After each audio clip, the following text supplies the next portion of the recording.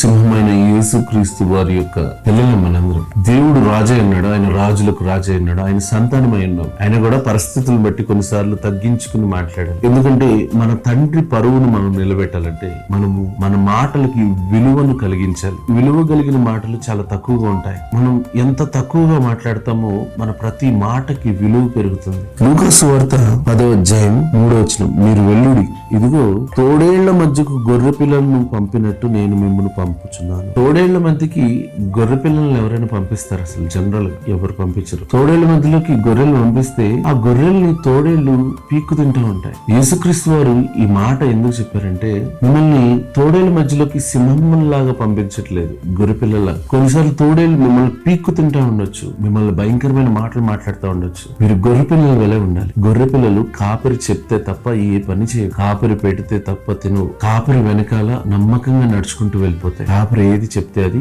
కాపరి ఎక్కడుంటే అక్కడ, కాపరికి నమ్మకంగా బ్రతుకుతూ వెళ్ళిపోతా ఉంటాయి. తోడేళ్లు పీక్కు తినొచ్చు, కానీ మా కాపరి ఉట్టిగా పంపించాడు కదా తోడేళ్ల మధ్యలో. యేసుక్రీస్తు వారు మాట్లాడుతూ నేను గొర్రెలకు మంచి కాపరిని అని తెలియజేస్తున్నాడు. ఆయనకి తెలుసు తోడేళ్ల మధ్యలోకి ఎందుకు పంపించాలో ఆయనకి తెలుసు. కొన్నిసార్లు పచ్చిక గల బయలు చోట్ల మనల్ని ఎందుకు పరుండి చేయాలో ఆయనకి తెలుసు. కాబట్టి ఎలాంటి మనుషుల మధ్యలో ఉన్నా సరే మన నోటిని మనం చాలా జాగ్రత్తగా కాపాడుకోవాలి. గొర్రెల వలె కాపరి పిలిస్తే తప్ప పలకకుండా మౌనంగా. తోడేళ్లు పీక్కు తింటున్నాయి అనుకుంటున్నారా? తోడేళ్లు మిమ్మల్ని ఏమీ చేయలేవు. కాపరి వెనకాల మనం నడుచుకుంటూ వెళ్తే అది గాఢాంధకారమైనా సరే మనం భయపడాల్సిన అవసరం లేదు. మంచి కాపరి వెనకాల సహవాసం కలిగి నడుచుకుంటూ వెళ్ళిపోదాం. God bless you.